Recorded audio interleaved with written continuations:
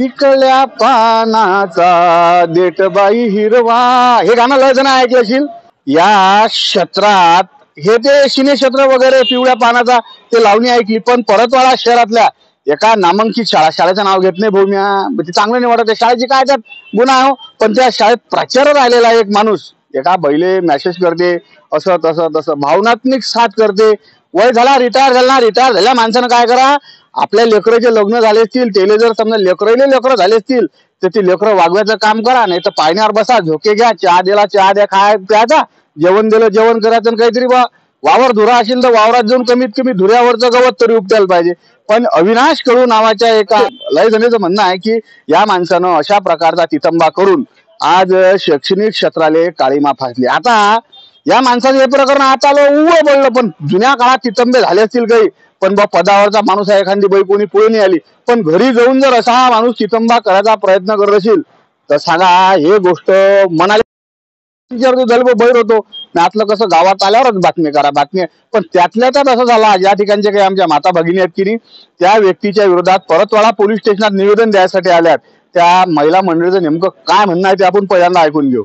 माझ्यासोबत सौभाग्यवती दीपाली ताई विदळे ताई, या माणसाला शोभलं काय असं हे करणं नाही आपल्या इकडच्या भाषेत? बिलकुलही नाही, कारण की एक सन्मानित व्यक्ती आहे, माझी मैत्रीणच आहे ती, आणि तिला मेसेज करून आणि परत रात्रीच्या 10 वाजता घरी जाणं ही असभ्य वागणूक त्यांनी केलेली आहे. आणि आमचं सर्वांनी आम्ही ठाणे साहेबांना निवेदन देत आहोत आता की त्यांना पकडण्यात यावं. आज 4 दिवस झाले तरी त्याचा कुठेही थांगपत्ता नाही आहे. त्यांनी दुपारच्या 3 वाजेपर्यंत किंवा आम्ही 12 तास असं अल्टिमेट देत आहोत त्यांना की 12 तास मध्ये पोहोचून त्यांना पकडा. अगर त्यांनी पकडलं नाही तर आम्ही जेही मेल आयडी आहे FIR ची जी नोंद केलेली आहे सर्वांची, ती आम्ही सरळ माननीय देवेंद्र साहेब, अजितदादा पवार आणि शिंदे साहेब आणि आपले पुण्याचे खासदार भरणे मामा यांना आम्ही मेल आयडी करणार आहे. आणि मग नंतर त्याच्यानंतर ह्यांचं सर्व तिथे जाईल आणि ते वरून कारवाई करतील. यांनी जर 12 तासात आम्हाला त्यांनी पकडून दिलं तर फार चांगलं, नाही तर आम्ही सर्व मेल आयडी वर पूर्ण FIR नोंदणी आम्ही पाठवणार आहे. आणि हे असं व्हायला नाही पाहिजे, कारण की हे रॅकेटच असेल बहुतेक, मला असं वाटते. कारण की एक व्यक्ती करू शकत नाही. जर एक व्यक्ती जर गुन्हेगार असता तर आज तो 2, 4, 5 तासात पकडला गेला असता. पण मला असं वाटतं कुठेतरी रॅकेट आहे, कुठेतरी पाणी मुरून राहिलेलं आहे. तर त्याच्यामुळे हे पाणी न मुरावं आणि महिलांना कुठेतरी इज्जतीने राहता यावं. आता किती मोठे प्रकरण होतात, पण हे पोलीस लोक करतात काय? आज 48 तास होऊन गेले तरी तो अजून पोलीस स्टेशनला त्याला हातकडी लागलेली नाही आहे. तर म्हणून आम्ही अल्टिमेट देतो की 12 तासाच्या आत त्याला पकडलं गेलं पाहिजे. अगर नाही पकडलं तर आम्ही सरळ मेल आयडी आम्ही सर्वांना टाकू.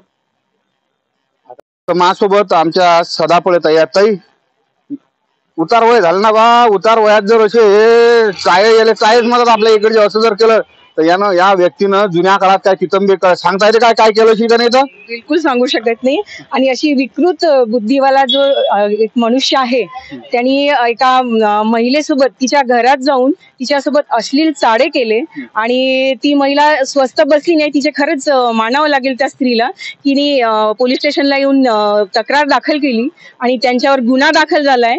आपल्या अचलपूर मधल्या नामांकित शाळेचे ते प्राचार्य राहून चुकले आहेत. आणि अशा विकृत बुद्धीच्या माणसांनी असंच वावरणं काही योग्य नाही. आणि पोलीस ठाणेदारांना आम्ही इथे आता निवेदन देतोय जिजाऊ ब्रिगेड तर्फे की त्यांना लवकरात लवकर अटक व्हावी. आणि अशी व्यक्ती जर बाहेर वावरत असेल तर आमच्या स्त्रियांसाठी ती काही चांगली गोष्ट नाही.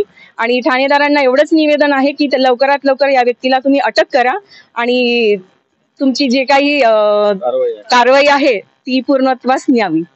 तर माझ्यासोबत सौ अक्षरातही लहान आहेत ताई.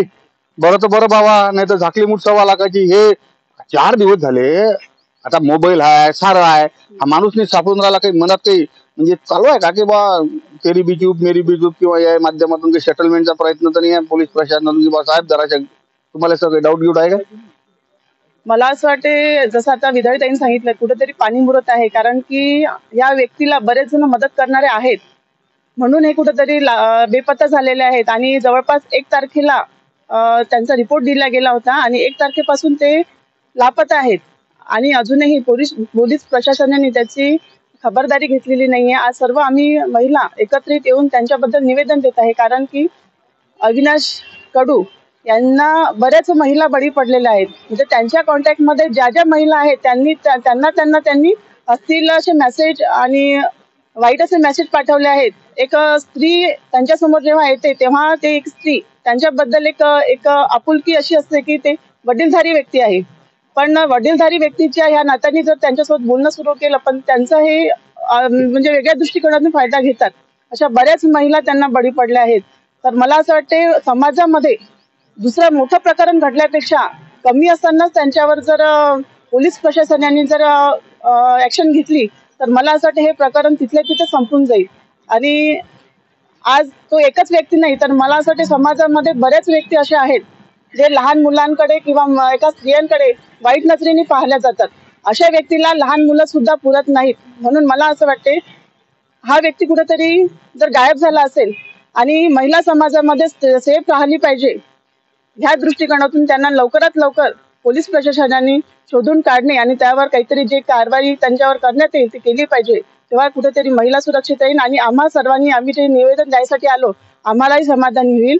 आणि ज्या व्यक्तीला ज्या महिलेला त्यांनी त्रास दिलेला आहे खऱ्या अर्थाने तिला सपोर्ट मिळेल आणि तिला तिचं संरक्षण होईल. मला असं वाटतं की त्यांना लवकरात लवकर शोधून काढावं. आता पोलीस यांनी कारवाई केली नाही तर मला तरी वाटते की आम्ही सगळ्या लेडीज मिळून आमच्या हातात द्या. आम्ही एक दिवसात काय करायचं आम्ही निर्णय तो नंतर सांगू. पण करायचं आहे कारण मला पण अनुभव आलेला आहे आणि बऱ्याच महिला आता सांगत आहे की हे झालं हे प्रकरण समोर आल्यावर सांगत आहे सगळ्यांनी की बा आम्हाला पण मेसेज आहे आम्हाला पण मेसेज आहे. अशा भरपूर महिला आहे आणि शाळेतल्या छोट्या मुली तर अशा काही कसं नाही तर त्या सांगू नाही शकत आहे. ही गोष्ट आता लक्षात येत आहे पण त्याला लवकरात लवकर कारवाई करावं एवढीच विनंती करते. बस. तर माजी प्राचार्य अविनाश कडू यानं हा जो चितंबा केला त्याच्यासाठी ह्या ज्या महिला मंडळी आमच्या माता भगिनी वज्जर आक्रमक झाल्या. मॅडमनं सांगितलं आमच्या ताब्यात द्या म्हणे काय करायचं ते करू. पण 2-3 बायानं असं बोलताना सांगितलं की या माणसानं आता हे केलं पण हात सयल माणसाचे जुन्या काळातले चितंबे काय आहेत काही नाही याचाही शोध घेणं आवश्यक आहे. आता पोलीस प्रशासन जबाबदारी आहे बाबा. आजकाल कसं आहे माणूस मोबाईलवरून ट्रेस होते कोणा ठिकाणी सापडला लवकरात लवकर कारवाई करा. नाही तर कसं आहे शैक्षणिक क्षेत्रात काम करणाऱ्या माणसाचं आता गोटकच झाली आहे भाऊ. पिकळ्या पानाचा देडबाई हिरवा म्हणजे माणसाचं वय गेलं पण त्याची अजून काही जवानी सरली नाही असं मला वाटते. त्याच्यानं या व्यक्तीवर लवकरात लवकर कारवाई करा असं या बाया माणसं ह्या साऱ्या आमच्या माता भगिनी आहेत याची मागणी आहे म्हटलं.